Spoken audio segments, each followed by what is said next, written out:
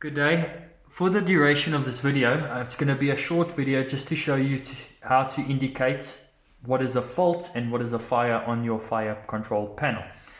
So here we have a fault condition on this panel, and when you see your fire control panel on site, you will notice something very similar.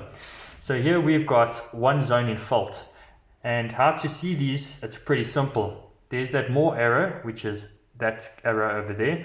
You literally just click it, and on your first time it'll tell you what zone it is, or where the fault is.